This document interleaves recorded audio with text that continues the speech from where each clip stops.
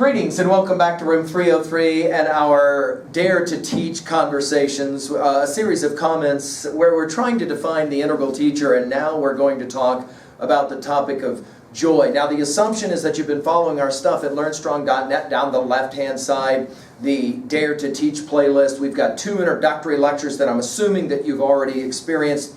And then that first group of set of core concept values that I talked about: honesty, forgiveness, freedom, love, compassion. We're in the second group now. We've already talked about justice, hope, we've talked about courage, and now it seems to me appropriate that we would talk about joy. Believe it or not, and it's shocking when I say this sometimes to young teachers, but this may be one of the hardest topics that we will speak about of those 12 core values. And I know that sounds kind of weird because what are you saying? All you got to say is that you just got to be a happy teacher. That is not what I'm saying. When I talk about joy, I am not talking about this simple notion of don't worry, be happy, happiness. Not at all. But very early on, I realized that I was attracted to great teachers and great coaches who were people of great energy. They were great, had great passion or enthusiasm, dare I say it, great joy. And I wanted to make a study of it, a very serious study of it, where as an ed psych person, it became for me almost like a scientific analysis study. I wanted to know, where did this energy come from that these amazing master teachers had? I mean, I've dedicated this series to Larry Andrews and to Doug Rickard, and one more that I can join there is Dean Barrett, a dear colleague and longtime teacher. And all of them shared in common this amazing energy, and I wanted to know, where did that come from? So I began to have conversations with them, and it was for me stunning. It was a life-altering realization. And so I share it with young teachers and now with all of you as teachers. The integral teachers that were my primary models that I studied had an observation about their work. They would always show me, not just tell me, that their work was important regardless of the rewards associated with that work. Another way to say it was, and I think this is what we want to say already now about the integral teacher and this question of joy, that they worked with joy in their heart, never expecting a reward. They never talked about pay, whether it was too little or too much. They seemed to care very little about emolument and pay as it related to their work. I even met a master teacher who said, you know what, if something happened in our school district and we didn't have any money to pay teachers, I'd still teach. I'd just go out and find another job to take care of the bills. But this work for me with children is that important. She was a 3rd grade teacher. She recognized the value of teaching young children how to read in 3rd grade. And it didn't matter to her the amount of money or the rewards, whether she was given titles or not, given master teacher title, didn't matter in the least. That was stunning to me, and a stunning realization. So in that regards, I began to have to redefine joy for myself, and now I share it with you as well.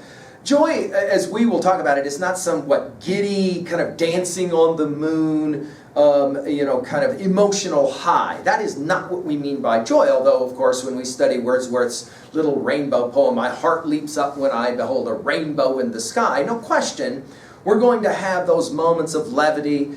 But it is interesting to me that some of the best teachers, master teachers, the greatest integral teachers I ever saw, were people who often appeared pretty sober and serious in the classroom much of the time, especially as they were going through those 3 Ds as we've talked about them: teacher as distributor of knowledge, teacher as developer of temperament, and then teacher as destroyer.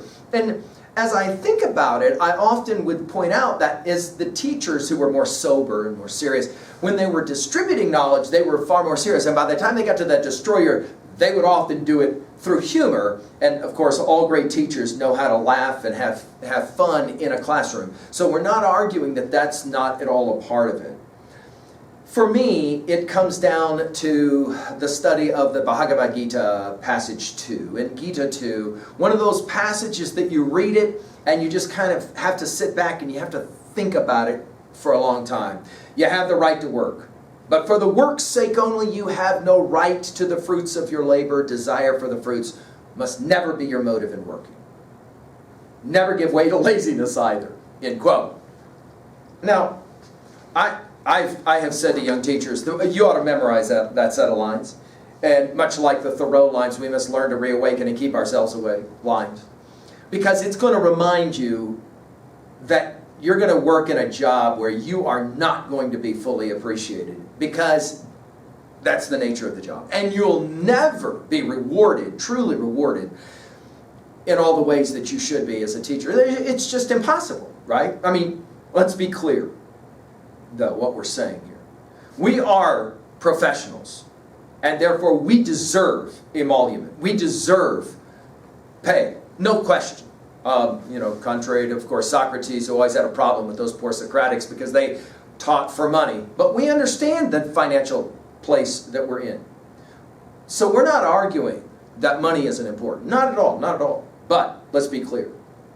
As teachers, can we actually measure our worth with some reward? Monetary otherwise. What reward really is enough? I mean, I ask you this. You can write about this in your teachers' learning journals. You think about it. But what reward would be enough for the work that we do? I mean, really. There is no financial reward that could ever... I mean, if somebody came to you and said, okay, I'm going to pay you $1 million to do helping a child learn how to read, is that what that's worth, $1 million? As opposed to 10 million. I mean, talk to any billionaire, and they will have to admit, somebody early in their life taught them how to read, how to write, how to think, how to compute with number, and that was priceless. Can we say that out loud? That was priceless. Of course, the key here is not the reward. It's the expectation of the reward, right? Expecting the reward is the challenge. And here's why. What happens if it doesn't come? I have known teachers who actually left the classroom because they did not receive certain kinds of Scooby snacks. And this is why we say in 303, Scooby snacks are an illusion. Certain kinds of Scooby snacks. They didn't get the reward. They didn't get the accolades. They were snubbed in some way. And for that kind of snubbing, they grew quickly resentful. Now here's the key. This is the counter side. This is the other side of the coin on joy. If we don't know how to experience genuine joy in a classroom, we can very quickly begin to experience resentment. I'm not appreciated enough. I'm not loved enough. I'm not valued enough. This community, this school, my students, they do not understand what they have with me. The moment that thought creeps into the mind, joy is forever gone and therefore freedom. You can't have any freedom if you don't have this kind of joy as we're defining it. And to that degree, I want to take us back to what we said about the 10-turn challenge when we were talking about freedom. You'll remember Wordsworth's classic poem, 10-Turn Abbey, where he defines the great life as little, nameless, unremembered acts of kindness and love. And the key, as we said in that challenge, for 10 days, can we do two things every day? Can I witness the ways in which those around me are fulfilling more powerfully my life with little, nameless, unremembered acts of kindness and love?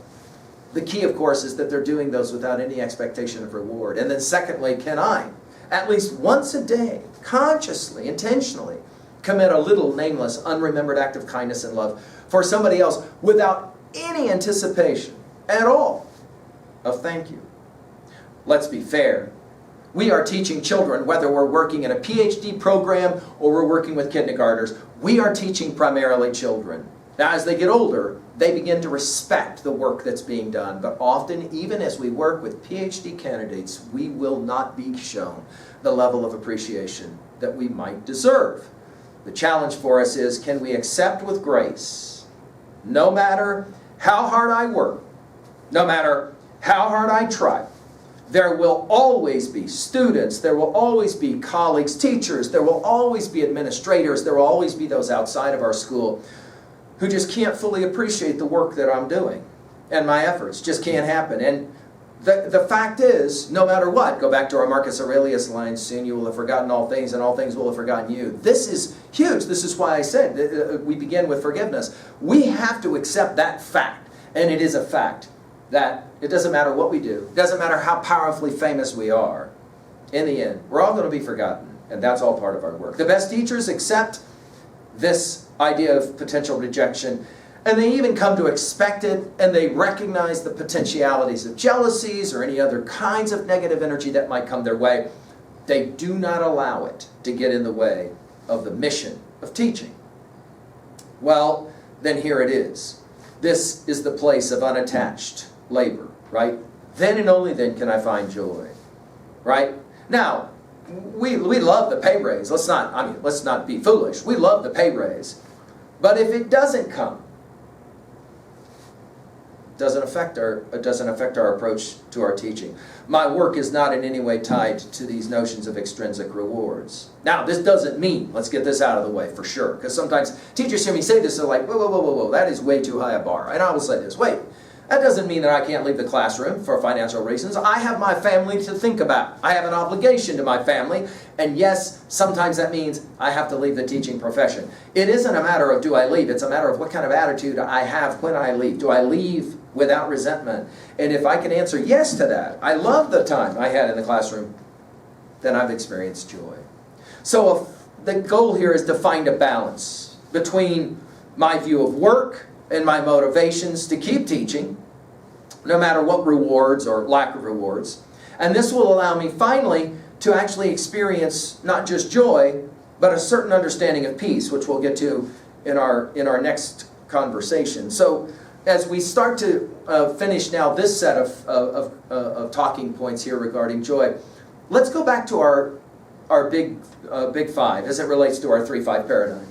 First of all, we have to address this issue of joy with ourselves. And then we can help our students to address. I mean, if you're a resentful teacher, let's just say it out loud. If you're a resentful teacher and you don't feel properly appreciated, your students are going to read that level of energy. They will. We can't teach our students the importance of work for work's sake. And it isn't just for the grade. It's learning for learning's sake. We can't help our students understand that concept if we ourselves aren't practicing it. So let's begin. Can I find joy through my epistemological approach of fallibilism? That is to say, the moments when I think I'm right but I could be wrong, and I'm pointed out at times that I could be wrong. Can I find joy through that? That's a powerful question. How about ontologically? Can I find joy in both my body, my mind, and my spirit? I have teachers that will often say to me, you're challenging me here with this idea. I've never thought about the ways in which I got to take care of my body or I'm never going to find any joy in my teaching at all. You're absolutely right. I can't help my students if I'm so fatigued all the time that I can't experience the kind of joy that you're outlining here. You're right. How about psychology, sociology as it relates to joy? Boy, oh boy, we're never going to find joy until we can get beyond our need for the strokes, for the appreciation. Oh, somebody else got the award for best teacher and I didn't get it, but I'm a way better teacher. Whoa. See, the moment those kind of thoughts creep in, I no longer can experience joy in my work. And then that seed of doubt. Am I really doing the thing I should be doing? When the answer is, teaching is the thing you should be doing. It's just your approach to the view of teaching that now has to change, adjust. And guess what? The longer you do this, the harder this project gets, not the easier. Talk to any veteran teacher who's done it for longer than 20 years, and they will begin to say, it's kind of hard. It gets harder as you get older to find this sense of, hey, I don't need a reward. I mean, I've been doing this for a long time, but I'm going to sit in a room and I'm going to hear an administrator that hasn't been doing it half the amount of time I've been doing it, and I still have to respect what he or she has to say, that sociological challenge. Finally, of course, the theodicy question, that's a provocative one, isn't it? Can I find joy by asking, why did this happen? Why did this happen for me, not to me? Now, I've been using Gibran's prophet. Let's talk about work with the prophet. Then a plowman said, speak to us of work. And he answered, saying, you work that you may keep pace with the earth and the soil of the earth. For to be idle is to become a stranger unto the seasons and to step out of life's procession that marches in majesty and proud submission towards the infinite. When you work, you're a flute through whose heart the whispering of the hours turns to music. Which of you would be a reed, dumb and silent, when all else sings together in unison? Always you have been told that work is a curse and labor a misfortune. But I say to you that when you work, you fulfill a part of earth's furthest dream, assigned to you when that dream was born, and in keeping yourself with labor, you are in truth loving life. And to love life through labor is to be intimate with life's inmost secret.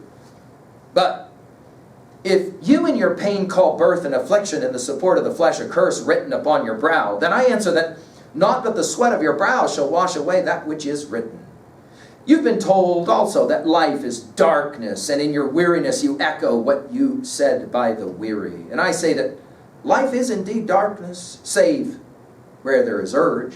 And all urge is blind, save where there is knowledge. And all knowledge is vain, save where there is work. And all work is empty, save where there is love. And when you work with love, you bind yourself and to one another and to God. And what is it to work with love? It is to weave the cloth with threads drawn from your heart, even as if your beloved were to wear that cloth. It's to build a house with affection, even as if your beloved were to dwell in that house. It is to sow seeds with tenderness and reap the harvest with joy, even as if your beloved were to eat the fruit. It is to charge all things you fashion with a breath of your own spirit, and to know that all the blessed dead are standing about you and watching. Often have I heard you say, as if speaking in sleep, he who works in marble and finds the shape of his own soul in the stone is nobler than he who plows the soil. And he who seizes the rainbow to lay it on a cloth in the likeness of man is more than he who makes the sandals for our feet. But I say, not in sleep, but in the over-wakefulness of noontime, that the wind speaks not more sweetly to the giant oaks than to the least of all the blades of grass.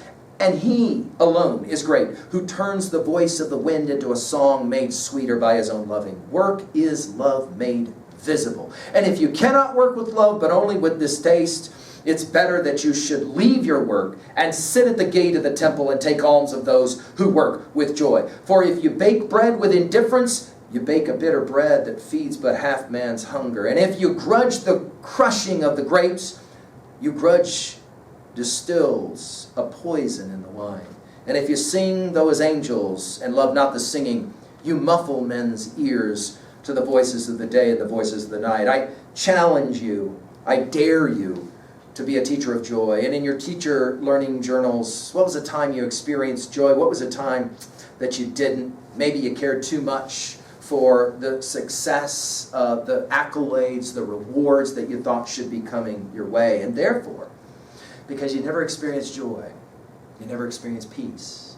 Let's come back to have a conversation about the integral teacher and peace. Thank you.